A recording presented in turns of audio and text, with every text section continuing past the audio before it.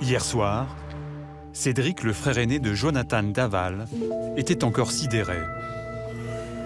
Ces dernières semaines, il l'a épaulé et a veillé sur lui, un grand frère protecteur. Mardi dernier, il apprend par la presse que Jonathan vient d'avouer le meurtre de son épouse, Alexia. La fin de 3 mois de mensonges. Quand il est passé aux aveux, j'ai ressenti voilà, l'incompréhension. Puis j'ai encore du mal à croire que c'était lui, quoi. Pour moi, il était innocent, hein, de toute façon. Venant de lui, c'était pas possible. Non, ça a été un vrai choc. À l'issue de la garde à vue de son frère, Cédric parvient à échanger quelques mots avec lui. Parce que, oui. On a réussi à l'avoir 30 secondes au téléphone où il était en pleurs et il a exprimé qu'il regrettait, qu'il regrettait qu'il était désolé. Et vous, qu'est-ce que vous lui avez dit? Alors je lui ai dit que je serais toujours là pour lui et que je l'aimais.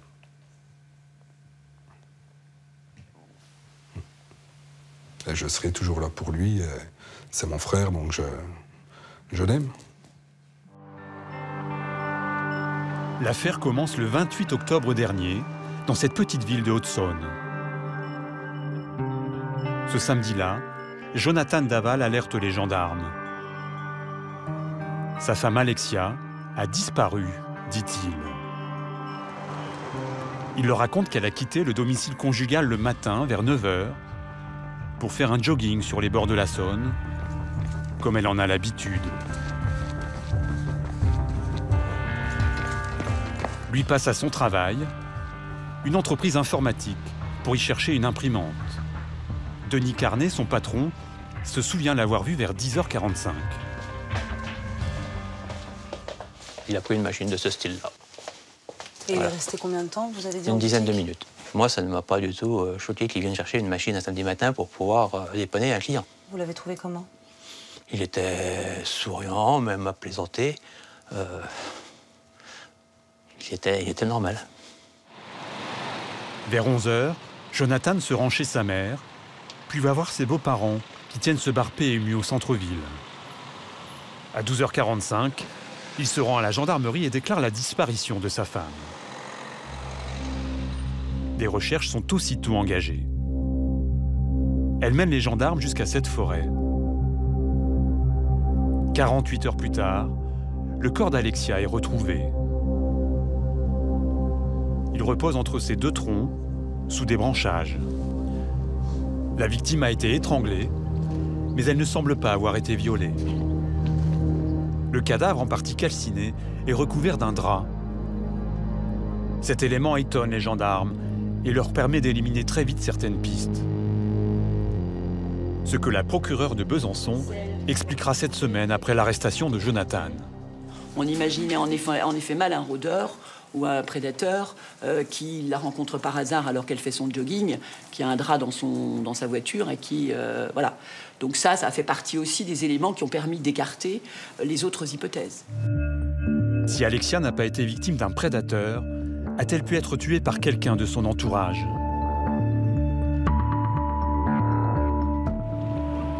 À Gray, 6000 habitants, personne ne soupçonne alors Jonathan.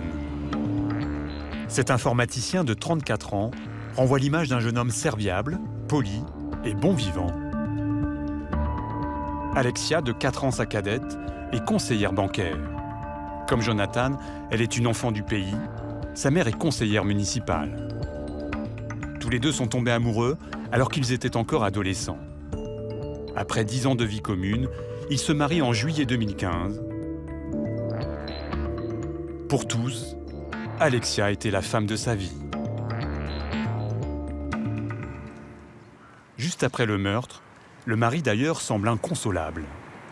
Il se cloître chez lui avec son frère Cédric. Il passe des nuits à parler sans jamais raconter l'inavouable. Il faisait part de sa peine, hein, de toute façon. Il était jusqu'à me dire qu'il referait plus jamais sa vie. Qu'il referait plus jamais sa vie avec une autre femme. Alexia, c'était sa vie. C'était sa vie. C'était son amour. Elle était tout pour lui. Elle était tout pour lui. Les jours passent et Jonathan s'enferre dans le mensonge. Il apparaît pour la première fois devant les caméras, entouré de ses beaux-parents qui tiennent une conférence de presse. La France découvre alors ce jeune veuf, mutique, au visage rougi par les... Le lendemain, devant 8000 personnes, à l'issue d'une marche blanche, Jonathan s'exprime pour la première fois publiquement.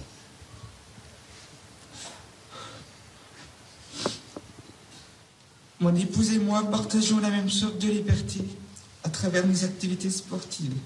Elle était ma première supportrice, mon oxygène. Que signifient alors ces larmes? Qui ou que pleure réellement Jonathan?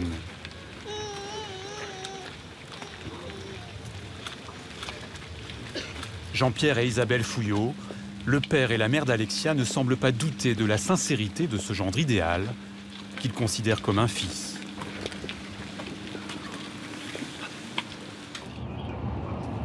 Même si des rumeurs commencent à circuler sur l'éventuelle implication de Jonathan, les beaux-parents prennent la peine de le conduire à Besançon, à 1 heure de route, chez ses avocats, Randall Schwerdorfer et Ornelas Patafora. Les parents d'Alexia sont présents avec sa compagne, Jonathan, sont même, on peut même le dire, choqués par les rumeurs qu'ils entendent concernant leur... Ils sont exaspérés par les rumeurs. Ouais. Ils ont une solidarité indéfectible avec Jonathan. Ça va au-delà de ça. C'est inenvisageable pour eux. C'est inenvisageable et ça devient inenvisageable pour nous. Nous lui avons simplement demandé à un moment s'il était impliqué d'une façon ou d'une autre dans le décès de son épouse. La réponse a été non. La réponse nous suffisait. Un mari au-dessus de tout soupçon, mais pas pour les enquêteurs. D'abord, aucun témoin ne confirme avoir vu Alexia courir le matin de sa prétendue disparition.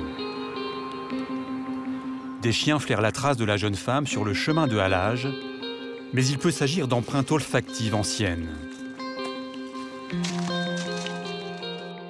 Au début de l'enquête, les gendarmes remarquent aussi des traces de griffures suspectes sur l'avant-bras du jeune homme. Devant les enquêteurs, il évoque une simple dispute avec Alexia, comme face à son frère Cédric, lors d'une réunion de famille qui se tient le jour même de la disparition. Quelqu'un lui a demandé, je ne sais plus qui, ce que c'était que les marques qu'il avait sur lui. Il a expliqué que c'était lors d'un échange, on va dire, assez physique avec Alexia. On n'a pas cherché à se poser plus de questions. Mais c'est surtout en analysant la scène de crime que les gendarmes vont recueillir des indices déterminants. Notamment des traces de pneus, qui semblent correspondre à la voiture utilisée par le mari d'Alexia. Un véhicule qui appartient à son entreprise et qui est équipé d'un système de géolocalisation. Elle est saisie par les enquêteurs. Selon Denis, son patron, étonnamment, Jonathan ne s'en inquiète pas. Il était au courant que la voiture avait été saisie, qu'elle était à la disposition de la justice pour l'enquête. Et il était serein par rapport à ça. Tout à fait. Il avait commencé à avoir un peu l'habitude de ça, puisqu'il avait été perquisitionné, il avait déjà eu saisi de matériel chez lui. Après analyse, le GPS révèle que le véhicule a bougé à 2 reprises, dans la nuit précédant la disparition et quelques heures plus tard au petit matin. L'étau se resserre autour du mari. Lundi dernier, il est finalement placé en garde à vue. Les gendarmes le confrontent progressivement aux éléments qui l'incriminent. Dans un premier temps, Jonathan ne répond pas aux questions. Il se mure dans le silence. Quelques heures après son placement en garde à vue, nous rencontrons sa mère devant chez elle, dans le quartier où il a grandi, À cet instant, elle est convaincue de l'innocence de son fils. Mon fils, non, il n'a rien fait de mal. Il vous l'a dit? Mais moi, je le sens. Mais il nous l'a toujours dit, de toute façon, que c'était pas lui. Hein. Ça, Jonathan j'ai jamais vu se mettre en colère. Puis encore bien moins levé, il n'aurait jamais levé la main sur Alexia. Jamais. Non. Il est incapable de faire une chose comme ça. Surtout à sa femme, il adorait sa femme. On a évoqué des difficultés dans le couple. Non, qui dans un couple ne se dispute pas? Vous pouvez me dire? On ne se tue pas parce qu'on se dispute. Mais le lendemain, tout s'accélère. La mère d'Alexia est convoquée pour reconnaître le morceau de drap découvert sur la scène de crime. Elle confirme qu'il appartient au couple. Ce mardi, Maître Schwerdorfer, l'avocat de Jonathan, interrompt subitement ses audiences au palais de justice. Les enquêteurs viennent de le convoquer en urgence à la gendarmerie, sans plus de précision. Qu'est-ce qui se passe là? Il se passe qu'il y a une dernière audition de garde à vue, donc c'est une audition très importante après tout ce qui s'est passé sur ces dernières 48 heures qui ont été lourdes. Les éléments qui accablent son client, Maître Randall Schwerdorfer, les a découverts la veille. Et lui aussi commence à douter de la sincérité de Jonathan. Pourquoi a-t-il menti? Est-il impliqué dans le meurtre de son épouse? Ça, réellement, pour l'instant, il ne s'est pas expliqué et je n'ai pas non plus les réponses. Ça pose une vraie difficulté. Et quand il y a une difficulté, ça ne sert à rien de la contourner, ça ne sert à rien de ne pas la regarder, il faut l'affronter. Et la meilleure façon de l'affronter dans un dossier criminel, c'est de dire la vérité. C'est voilà. ce que vous allez lui dire? Bien sûr. Bien sûr.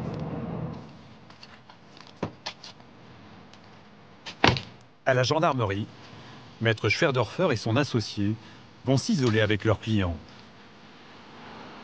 20 minutes plus tard, devant les enquêteurs, Jonathan Daval se libère de 3 mois de mensonges. Il passe aux aveux.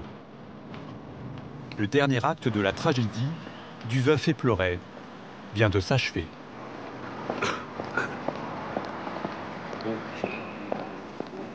Il a commencé en pleurant. Et après, il a dit... Tu te souviens, vas-y? Il a dit... je voulais pas faire ça. Je voulais pas faire ça. Exactement. Je voulais pas faire ça. Ouais, je voulais pas faire ça. C'est un accident. Ouais. Et après, il a raconté les choses. Exactement. Devant les enquêteurs, il raconte une soirée commencée chez les parents d'Alexia. Toute la famille est réunie autour d'une raclette. Selon les témoins, aucun signe de tension. Après, il n'appelle pas les secours et à 1h30 du matin, un voisin aurait entendu ce bruit. C'est Jonathan qui déplace son véhicule utilitaire pour le rentrer dans le garage. Il y place le corps de son épouse. Selon lui, elle porte une tenue de sport. Mais il lui enfile des chaussures de jogging et la recouvre d'un drap de la maison. Au petit matin, il aurait emporté Alexia pour la déposer dans ce bois. En revanche, il nie avoir brûlé le corps. À Gray, ses aveux sonnent comme un coup de tonnerre. Quelques jours après la découverte du corps, Marie-Odile avait participé à la course solidaire pour soutenir Jonathan. Cette retraitée, une connaissance de la famille Daval, se sent trahie en revoyant les images de cette journée. Il est en train de me dire que c'est difficile. Et moi, je lui réponds, j'imagine. C'est pas possible, ça, hein. Oh là là là là, non, je peux pas. Je peux pas, hein. Je peux pas les regarder, hein. C'est horrible, ça. Horrible qu'ils courent comme ça avec nous. Hein, moi, ça, j'ai pas de mine, moi, comme ça. Merci. Et il nous dit merci encore. Oh, mais comment qu'on peut être comme ça? Oh là là là là. Alors, je lui ai pris la main, je l'ai embrassé, devant tout le monde. Alors, c'est ça qui est difficile aujourd'hui. Je lui pardonnerai jamais ça, de nous avoir tous trahis comme ça. Tous, je dis bien tous, parce qu'on a tous été trahis quelque part. Du côté de la famille d'Alexia, c'est la sidération. Dans le bar des parents, lorsque la nouvelle des aveux tombe, le père Jean-Pierre Fouillot quitte les lieux précipitamment, sous la protection des gendarmes. Pas de déclaration. Il est trop tôt, c'est trop douloureux.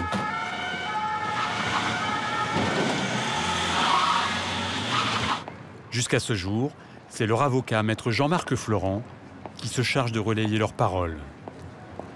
Pendant la garde à vue, il les a tenus régulièrement informés. Quand ils ont su en fin d'après-midi qu'il était passé partiellement aux aveux, mais somme toute sur le point essentiel, le reste, ça sera de la reconstitution, qu'il avait dit tout simplement qu'il avait donné la mort à sa femme. Alors là, il y a eu, si je peux me permettre cette expression, plus de son, plus d'image. Hein. Pas de réaction? Non. Je crois, mais il n'y a qu'eux qui pourraient le dire, mais je crois une incrédulité. On découvre un autre Jonathan. Un autre Jonathan qui non seulement vient de donner la mort dans des conditions déterminées, mais qui visiblement n'est pas paniqué, qui est très maître de lui, puisqu'on va commencer, donc d'abord on n'appellera personne, peut-être un complice, ça j'en sais rien, c'est trop tôt, ou des complices, c'est trop tôt pour le dire, mais en tout cas qui se démonte pas, qui appelle pas les secours, qui appelle pas la famille, qui appelle pas la belle famille, qui appelle pas au secours. Et ça, c'est un Jonathan qu'on connaît pas. C'est un Jonathan manipulateur, calculateur, menteur, avec des nerfs d'acier et qui se lance dans un mécanisme qui va durer 3 mois. Reste le pourquoi. Comment le jeune homme effacé se serait-il transformé en meurtrier? Y avait-il des failles intimes dans le couple? Selon l'avocat de Jonathan, Alexia avait une personnalité écrasante et aurait pu avoir des accès de violence contre son mari. Le couple éprouvait des difficultés à avoir un enfant. La jeune femme prenait des médicaments qui, toujours selon l'avocat, auraient pu provoquer chez elle des changements de comportement. Pour Cédric, seule certitude, son frère n'était pas ce soir-là l'homme qu'il connaît. Il regrette énormément et voilà, c'est pas un monstre. C'est pas un monstre, ça. Il est redevenu le même. Il est redevenu lui-même. Non, c'est un coup de folie, un mot de trop ou un coup de trop. Après, je pense que voilà, cette nuit-là, il n'était pas lui. Il n'était pas lui. Qu'est-ce qui s'est passé? Qu'est-ce qui a poussé à faire ça? On s'interroge tous. Et on veut avoir des réponses. Et on va avoir des réponses. Comment vous expliquez aujourd'hui qu'il se soit enfermé dans ce mensonge pendant 3 mois? Un déni. Je pense que oui, c'est un déni. Un déni pour lui, c'est pas lui qui l'a tué. Je pense, voilà, moi c'est là de l'avoir caché pendant 3 mois. Je pense que il a fait un déni. L'enquête recèle encore des zones d'ombre. Jonathan n'a pas encore tout dit. Même s'il le nie, a-t-il tenté de brûler le corps? Ou a-t-il un complice? Mis en examen pour meurtre sur conjoint, il risque la réclusion criminelle à perpétuité. Pour la mémoire d'Alexia, les parents de la jeune femme ne lui demandent qu'une chose, qu'il dise tout ce qu'il sait sur la mort de celle qu'il prétendait être son oxygène.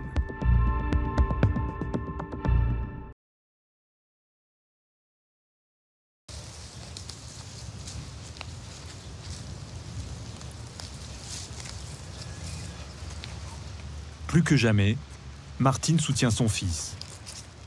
Jonathan Daval, accusé du meurtre de son épouse, Alexia, surnommée la joggeuse, tuée à Gray il y a 1 an. Après être passé aux aveux, il a changé de version l'été dernier. Sa mère et ses proches sont convaincus de son innocence. Ce n'est pas lui. Et c'est toujours pas lui.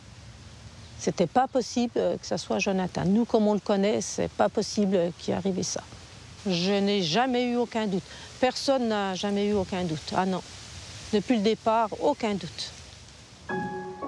Jonathan Daval, 34 ans, est détenu à la maison d'arrêt de Dijon, où il est placé à l'isolement. Emprisonné depuis 10 mois, il met désormais en cause sa belle famille. 3 fois par semaine, il reçoit la visite de ses proches et leur confie qu'il aimerait effacer l'image du mari meurtrier. Il a une télévision dans sa cellule. Oui, il regarde tout. Oui, il loupe aucune émission, il regarde tout. Et des fois, c'est pas facile parce que ça lui fait mal ce qu'on entend, ce qu'il entend comme nous on entend. D'un côté, une mère qui soutient son fils. De l'autre, une belle famille qui encaisse les coups. C'est fou ce temps. Le 30 octobre dernier, les parents d'Alexia vont revoir pour la première fois depuis son revirement le meurtrier présumé de leur fille. Il accuse désormais son beau-frère, Grégory, ici aux côtés de son épouse, d'avoir étranglé la jeune femme la veille de sa prétendue disparition. Bon, on rentre vite à l'intérieur parce qu'on est... La justice doit statuer sur une remise en liberté demandée par Jonathan Daval, qui assure aujourd'hui avoir voulu protéger sa belle famille en avouant un meurtre qu'il n'aurait pas commis. Selon Jonathan, les parents d'Alexia et Stéphanie, sa belle-sœur, auraient été témoins de la mort d'Alexia, mais n'auraient rien dit. Et vous restez là. On doit sortir, il y a un entretien préalable. Ce jour-là, en tant que partie civile, ils ont droit à assister par visioconférence à la demande de remise en liberté examinée par les juges. La famille d'Alexia n'interviendra pas et cette demande sera rejetée. À la sortie, la prestation de leur gendre les met en colère. Qu'est-ce qu'il représente pour vous aujourd'hui? Comme j'ai dit, il représente le meurtrier de ma fille. C'est un être que je ne connaissais pas, que je ne connais pas. Même colère pour Grégory, le beau-frère accusé par Jonathan. Moi, j'ai rien à craindre, mais il regrettera cet acte. On va boire un café à quel endroit? Pardon. Il regrettera d'avoir fait ça. Moi, j'ai rien à craindre. Mais je me renseigner auprès de sa avocate. Cette audience est le dernier épisode en date d'une affaire commencée il y a plus d'une année. Venez. Au cours de laquelle se sont succédées 3 versions de Jonathan Daval.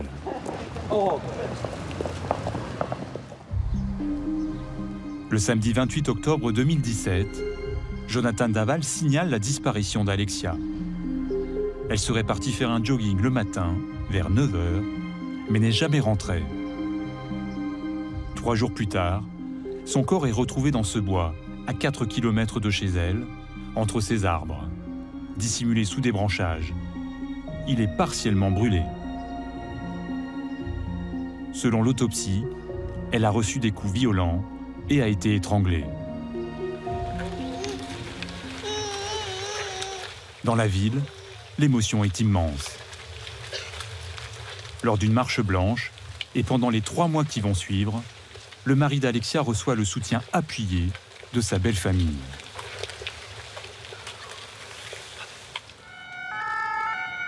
Trois mois plus tard, rebondissement. Le 29 janvier, Jonathan Daval est placé en garde à vue.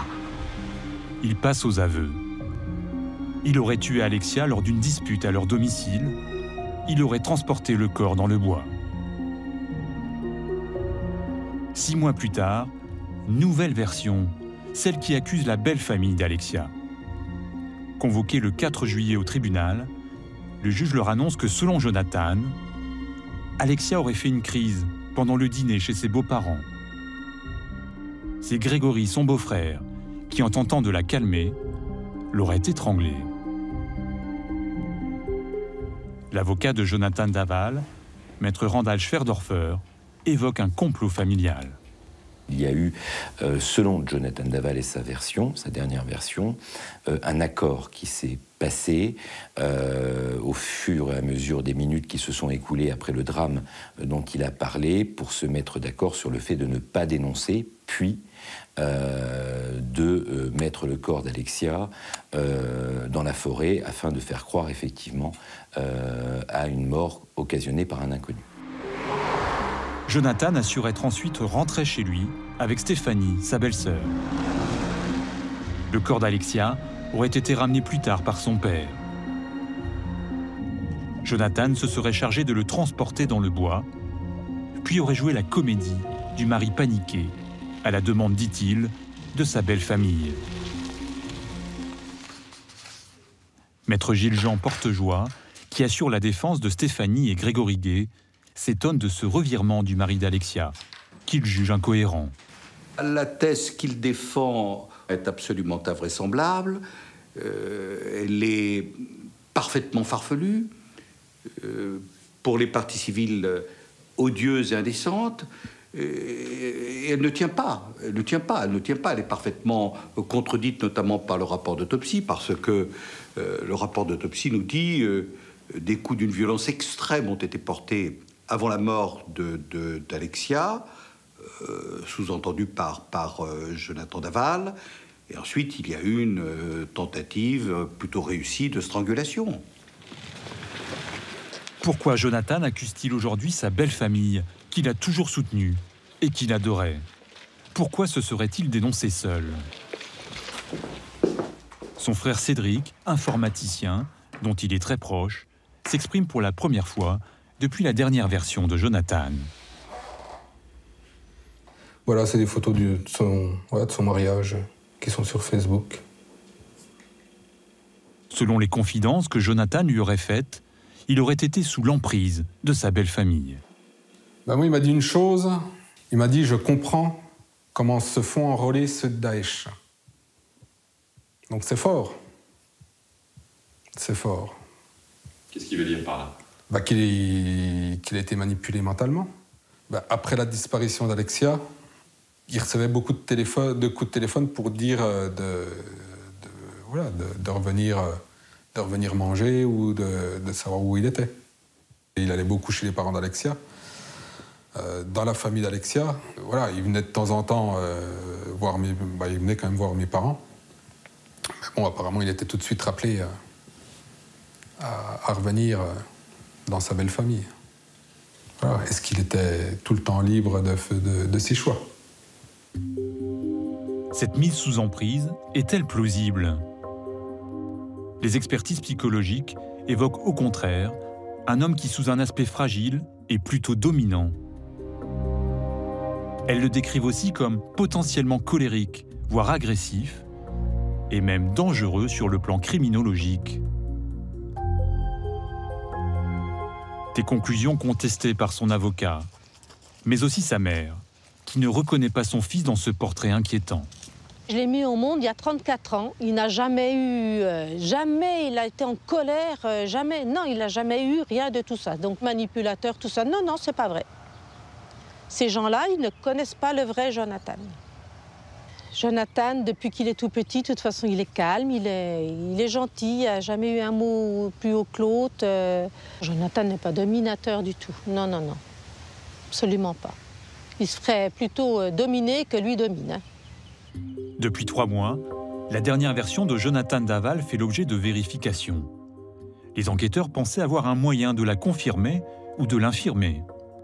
Le retour de Jonathan le soir du dîner familial a été filmé par des caméras de la ville. Était-il accompagné d'Alexia, comme il l'a indiqué lors de ses premiers aveux, ou de sa sœur Stéphanie, comme il l'assure aujourd'hui? Selon nos informations, les images de la voiture, agrandies, permettent de distinguer 2 formes claires, mais pas les visages. En revanche, d'autres éléments fragilisent la version de Jonathan. Le seul ADN identifié sur les vêtements d'Alexia et la scène de crime est le sien. Par ailleurs, le bouchon d'une bombe de mousse isolante de ce type, contenant un produit inflammable, a été découvert à côté du cadavre d'Alexia. Selon une expertise judiciaire, il pourrait correspondre à une bombe de la même marque, trouvée chez Jonathan, sans bouchon. Elle aurait pu servir à brûler le corps, ce qu'il nie depuis le début. Enfin, les enquêteurs ont trouvé dans son ordinateur un fichier Word que nous révélons. Jonathan l'aurait écrit lui-même une dizaine de jours après la disparition de sa femme. Dans ce document de 2 pages, il consigne ce qui se serait passé le samedi 28, le jour supposé de la disparition d'Alexia, alors qu'à cette date, elle est déjà morte. Voici la transcription d'un extrait. Lever tous les deux 7 heures et déjeuner ensemble devant série Grinder. Elle a déjeuné un peu de salade de fruits. Avant 9 heures, salle de bain. Elle s'habille en vêtements de sport. Débardeur rose, t-shirt gris, lunettes rouges, short noir, chaussettes blanches, basket rose et gilet de sport coton rose. J'ai vidé le lave-vaisselle, étendu le linge, j'ai pris une douche. 9h15, bisous, câlin. Je suis allé chez mes parents vider le seau à compost. J'ai bu un café avec ma maman. Monsieur Dumont m'a vu sur le rond-point. Je suis allé au bar boire un café vers Jean-Pierre. Je suis retourné à la maison. Elle n'était toujours pas rentrée.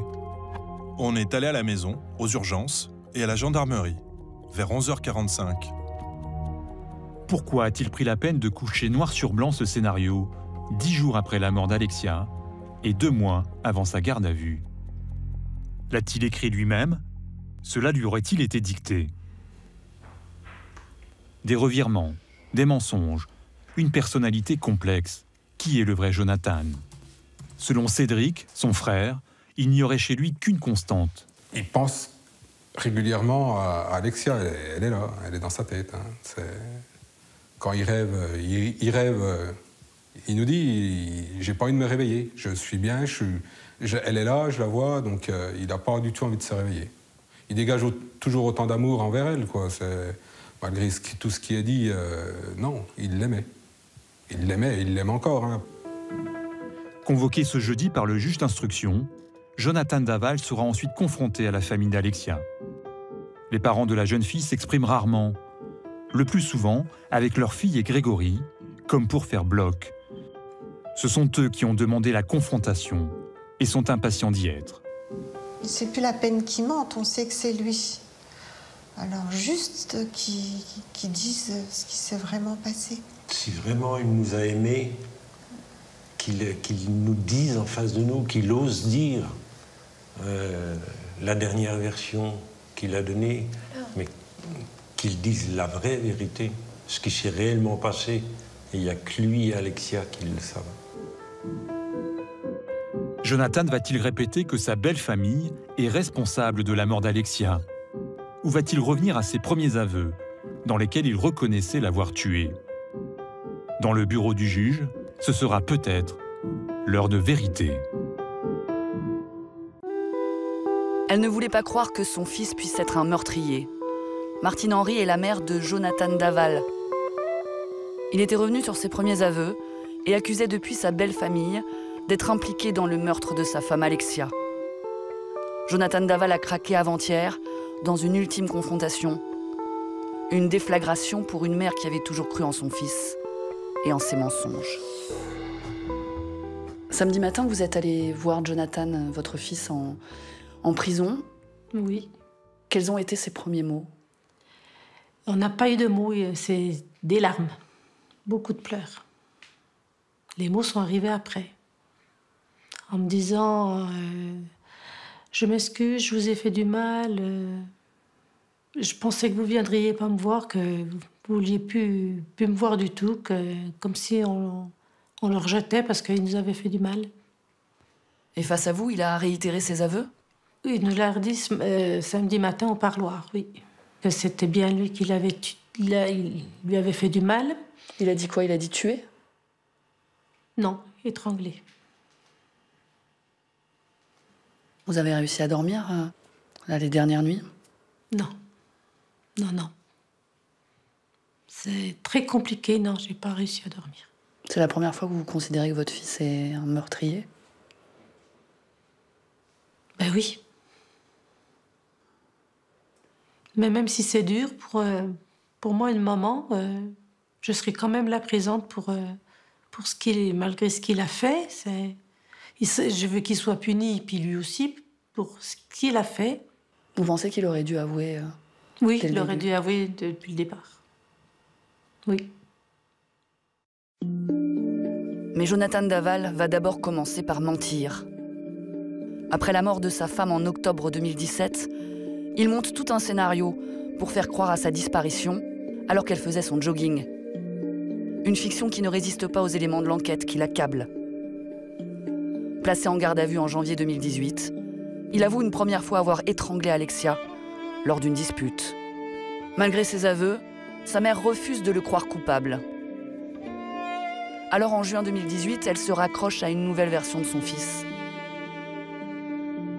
Cette fois, il accuse son beau-frère d'avoir tué Alexia et ses beaux-parents d'être complices. Il faudra attendre la confrontation avec sa belle famille vendredi dernier pour que Jonathan craque. Il vous a raconté que sa belle-mère avait dû énormément insister pour qu'il parle? Je sais pas s'il m'a dit ça. Je sais qu'il m'a dit qu'il avait vu la photo d'Alexia et de leur chat Happy. Et il a pris cette photo que la maman d'Alexia lui a montrée. Et puis il est tombé en larmes. Il m'a dit qu'il s'était mis à genoux puis qu'il lui a demandé pardon. Puis qu'ils ont beaucoup pleuré. Puis que la maman d'Alexia l'a redressé. Puis ils se sont serrés dans les bras. Comment vous expliquez, vous, qu'il se soit enfermé dans ce mensonge-là? Vous savez, j'ai pas d'explication, mais je pense que lui, dans sa tête, il devait pas être bien du tout. Hein.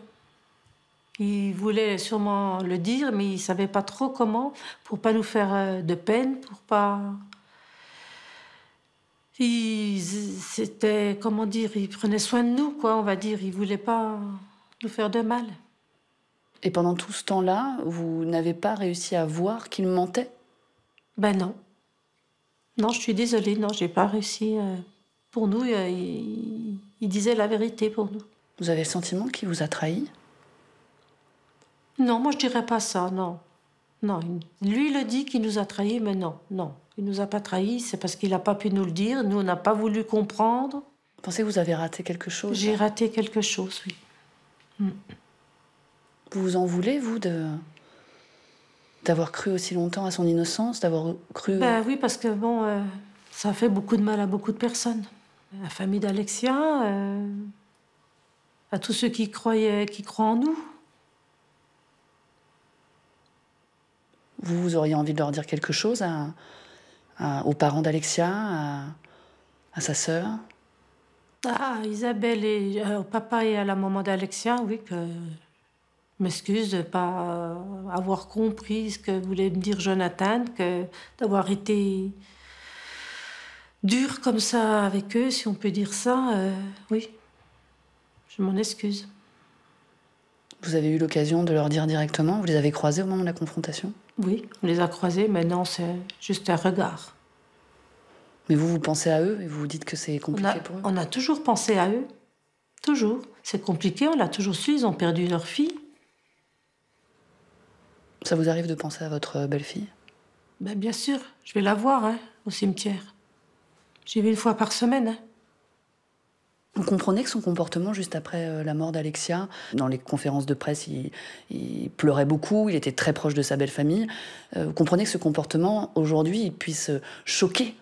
Oui, je le comprends que ça peut choquer beaucoup de monde, oui, je le comprends.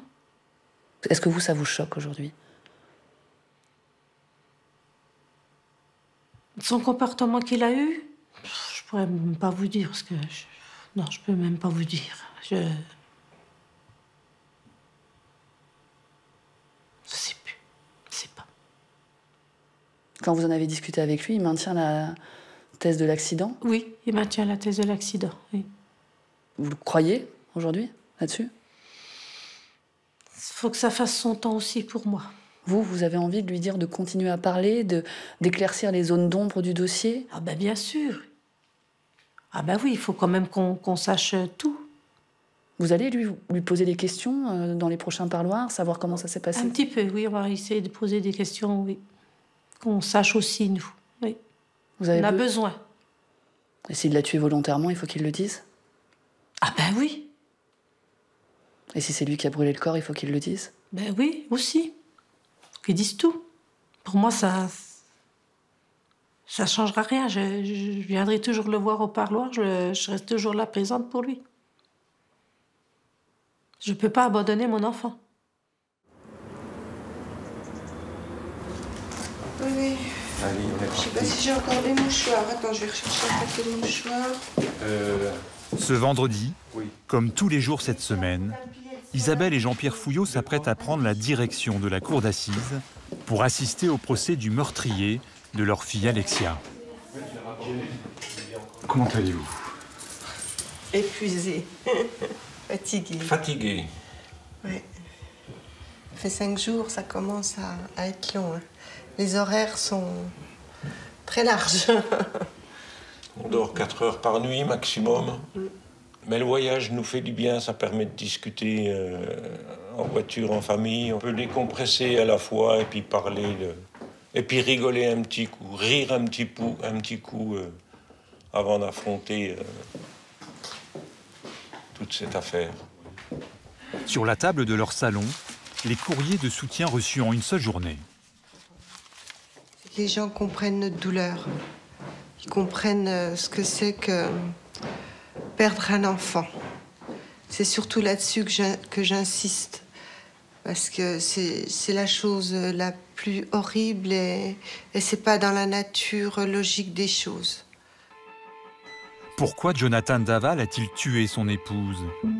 Avait-il préparé son acte? Allez, on est parti. Ces questions obsèdent Isabelle et Jean-Pierre depuis 3 ans. Entourés de leurs proches, ils attendent des réponses dans une affaire qui a suscité un émoi national. Après 3 mois de mensonges et 9 versions différentes, cet informaticien de 36 ans a été condamné hier à 25 ans de réclusion criminelle pour meurtre conjugal. Que s'est-il joué dans l'intimité du couple? Comment Jonathan est-il passé de gendre idéal à meurtrier? Récit d'une semaine de procès très médiatisée et décisive dans la vie de 2 mères. Martine Henry, la mère de Jonathan Daval, et Isabelle Fouliot, la mère d'Alexia, venue chercher la vérité sur la mort de sa fille.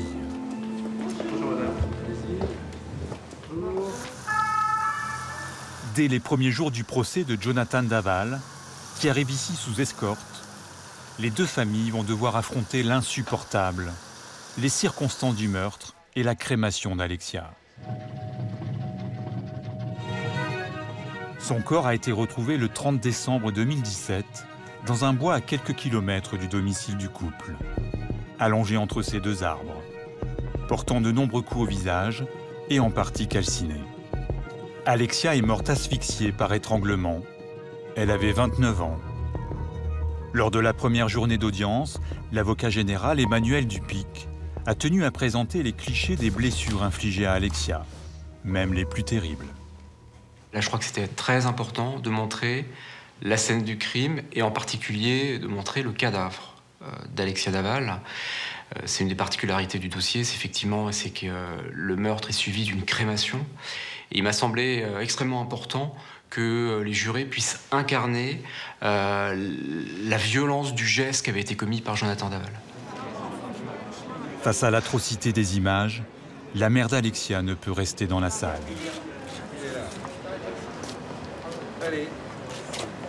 On parle d'un corps déchiqueté, on parle d'un pied qui est enlevé, donc amputé. C'est de ma fille, c'est d'un être humain qu'on parle. C'est pas d'un bout de viande. C'est sûr, un médecin légiste, c'est un cadavre, c'est un corps, mais c'est ma fille. En fait, il l'a traité comme un bout de chair. Oui. Il l'a traité comme un bout de chair. De rien du tout, c'est tout à fait normal. Je ne peux pas vous embrasser. C'est tout à fait normal. J'imagine en tant que maman, je suis maman moi-même. Et c'est un devoir pour moi de le faire. Pour vous, pour Alexia, pour sa famille. Et tous les jours, il y a un nouveau panneau qui vous sera dédié. C'est gentil. Merci bien.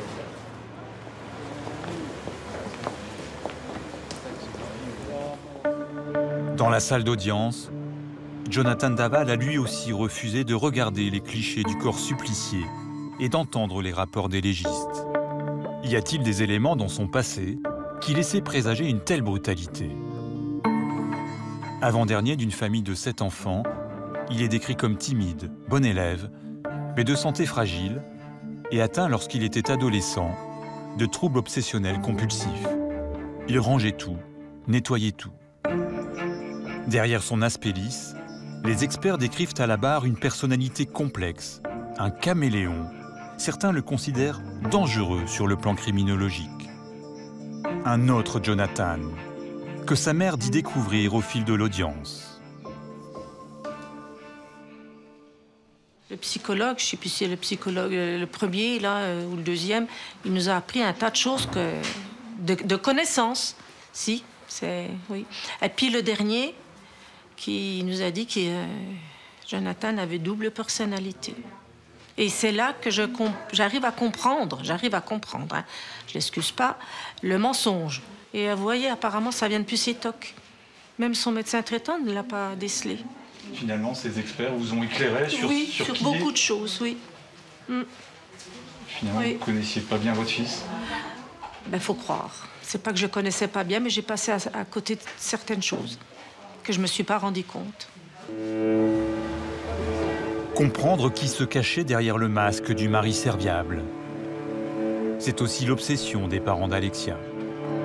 Ce mercredi, pour la première fois, ils vont s'exprimer devant la cour et surtout devant Jonathan. Jean-Pierre, tu préfères commencer, non? Ouais, je vais commencer parce qu'Isabelle a beaucoup plus de choses à dire que moi. Allez, Jean-Pierre. Bonjour. C'est une journée décisive aujourd'hui, Madame Fouillot, pour vous. Est-ce que vous êtes prête aujourd'hui? Oui, je suis prête. J'ai dormi un peu, donc voilà, je suis prête. Vous avez préparé un texte? J'ai préparé un texte, mais j'espère que ça viendra naturellement. Mais ça viendra naturellement. J'ai envie de parler naturellement. L'avocat de Jonathan J'ai peur d'oublier des choses. L'avocat de Jonathan dit que vous seul pourrez lui faire dire la vérité. Il a raison. Il a raison. Pardon? Très vite, Jean-Pierre Fouillot interpelle Jonathan. Quand on dit qu'on a aimé une personne et qu'on l'aime encore, foutaise. Et tout ça pourquoi? Pour une dispute? J'espère juste que la peine maximale lui sera octroyée. Jonathan, les yeux baissés, ne bronche pas. Vient le tour de la maman d'Alexia. Sois un homme une fois dans ta vie. Je veux te donner une chance de sortir grandi de tout cela. Tu as tout détruit. Voilà à quoi mène le mensonge, à la destruction. Moi, je veux juste la vérité. Jonathan commence à pleurer. Pour la première fois du procès, s'adressant au président, il demande pardon à sa belle famille. C'est peut-être pas le mot adapté, mais je voudrais d'abord présenter des excuses. Même si c'est pas pardonnable ce que j'ai fait. Je leur ai pris leur fille, après je leur ai menti. J'ai menti aux gendarmes, aux médias, à la France. Le président commence alors à le questionner sur son couple. Mais l'interrogatoire tourne court. L'accusé a fait un malaise et a perdu connaissance.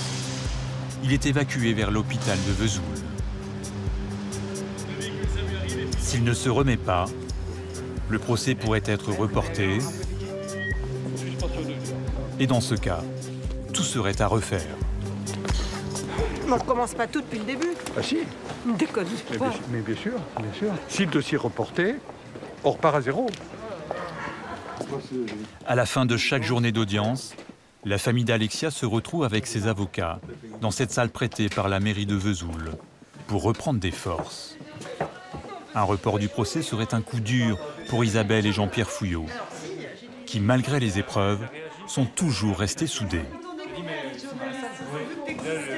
On a toujours fait tout ensemble avec Isabelle. On a 40 ans de mariage. Jamais on a fait, jamais on est partis l'un sans l'autre, jamais ça fait 40 ans que ça dure. Je souhaite que ça dure encore 40 ans. Il y en a un qui réconforte l'autre quand ça va pas et vice-versa. Moi je dis des fois que c'est mon chêne. Dans le couple, la pièce maîtresse pour faire avancer le procès, c'est Isabelle. À 2 reprises lors de l'enquête, elle a réussi à faire parler son ancien gendre. À l'audience cet après-midi, elle a de nouveau tenté sa chance. Avec une arme, cette lettre de Saint-Valentin envoyée par Alexia à Jonathan, qu'Isabelle a lue à la barre. Je sais ô combien tu es une personne de confiance et à quel point je peux compter sur toi. Nous avons vécu des moments merveilleux qui resteront gravés dans ma mémoire et j'espère de tout mon cœur en vivre plein d'autres encore plus magiques. Je t'aime. C'est une belle déclaration d'amour. Je sais pas si lui, il était capable d'en faire autant. Il a pleuré quand j'ai lu la lettre. Il pleurait. Je me suis dit, ça peut peut-être encore l'ébranler et lui faire remonter des souvenirs, qu'il puisse s'exprimer, mais non. Donc j'en attends beaucoup plus. Donc vous êtes à quelques mètres de Jonathan Daval, vous êtes aussi à quelques mètres de sa famille. Il y a des échanges avec eux? Ah non.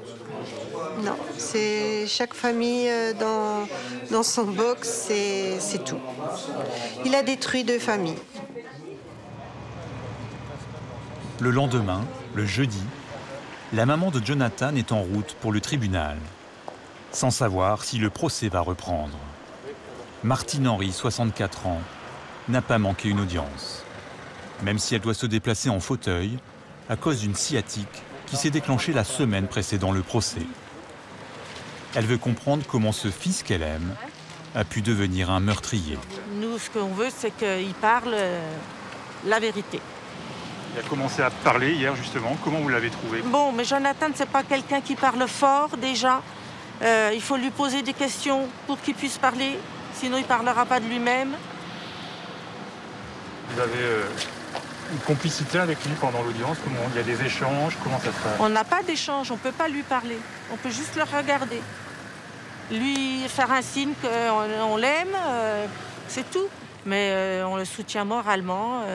On sera toujours là pour lui. Enfin, moi, personnellement, je serai toujours là pour lui. C'est un de mes enfants, c'est ma chair, je suis une maman, je ne peux pas laisser tomber mon enfant.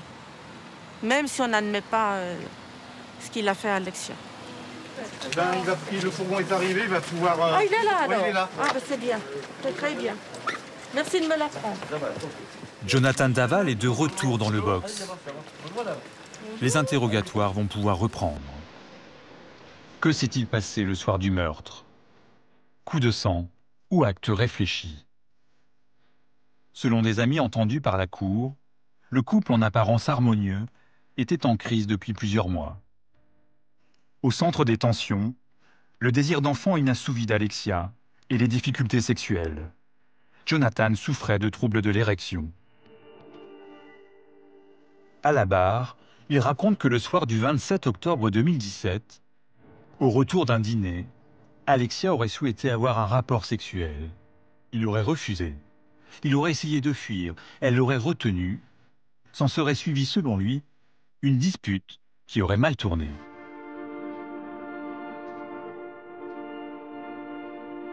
Elle m'a dit « Tu n'es pas un homme ». Elle m'a mordu le bras.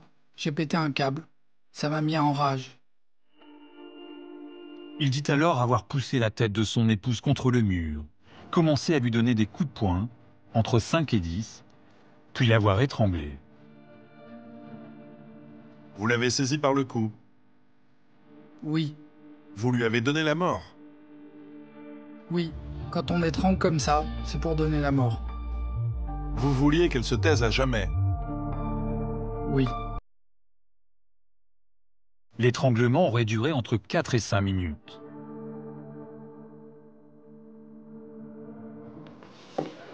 Pour la famille d'Alexia, Jonathan cache toujours les vraies raisons de la dispute.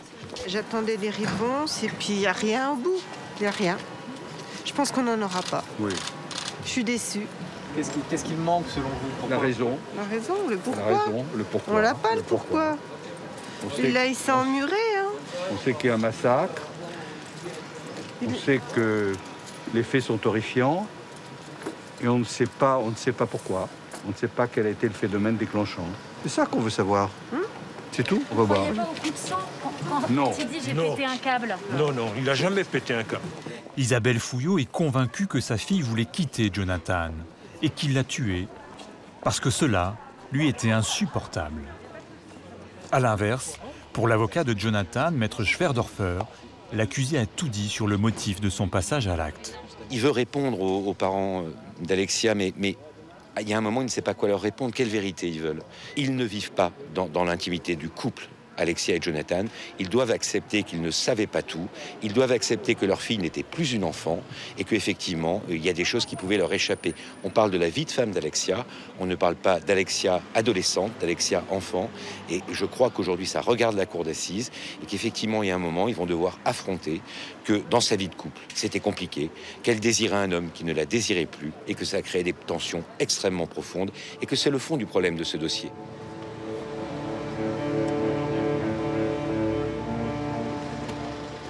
À la veille du verdict, la famille d'Alexia a décidé de lancer une ultime contre-attaque. Depuis son QG, Isabelle Fouillot prépare sa dernière intervention. Elle a obtenu l'autorisation exceptionnelle du tribunal d'interroger directement son ancien gendre et espère lui arracher ce qu'elle pense être la vérité. Aujourd'hui, c'est un moment intense. Il faut le regarder dans le blanc des yeux, comme vous savez le faire. C'est vous qui avez fait basculer à plusieurs reprises le procès. À vous de le faire basculer une dernière fois aujourd'hui. La mère d'Alexia s'avance à la barre. Debout dans son box, derrière une vitre de plexiglas, Jonathan n'est qu'à 3 mètres. Ne me dis pas que tu l'as tué pour quelques mots. Ce n'est pas possible. J'ai perdu pied. Tout est ressorti en moi. Toute cette colère emmagasinée, les reproches, les humiliations. Je suis désolé pour tout. C'est tout. C'est si peu. J'attends mieux, Jonathan. S'il te plaît. Je ne peux rien dire de plus. Tant pis. Je te souhaite un bon séjour en prison. Adieu. Le face-à-face n'a pas eu le résultat espéré par Isabelle Fouillot.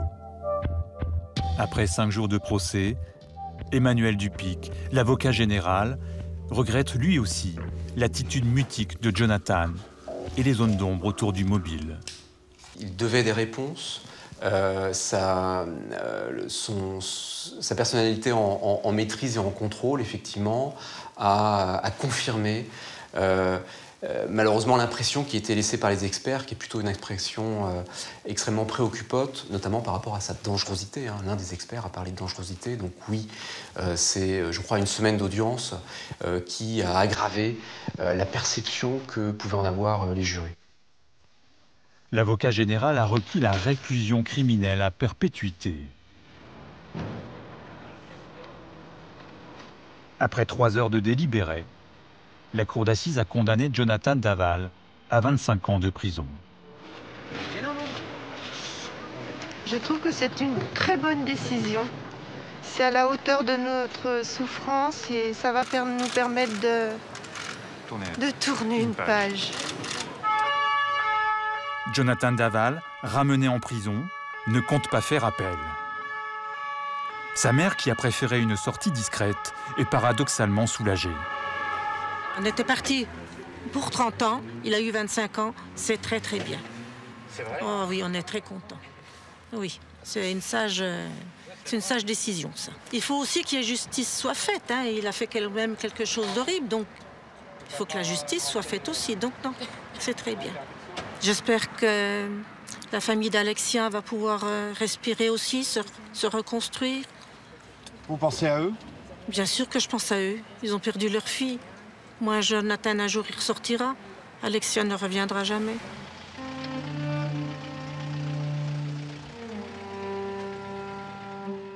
À l'écart des caméras, la famille d'Alexia se retrouve une dernière fois dans son QG. Pour Isabelle, l'essentiel est désormais de retrouver une forme de sérénité. J'ai l'impression que j'ai mené un combat pour elle. J'ai fait ce que je devais faire pour ma fille. Et maintenant, eh bien, maintenant que j'ai mené ce combat, je vais être tranquille et on va pouvoir se ressourcer et qu'elle repose en paix. C'est ça. Qu'elle repose en paix. 3 ans de souffrance, 3 ans d'enquête. Et le sentiment, malgré tout, pour Isabelle, de ne pas connaître toute la vérité.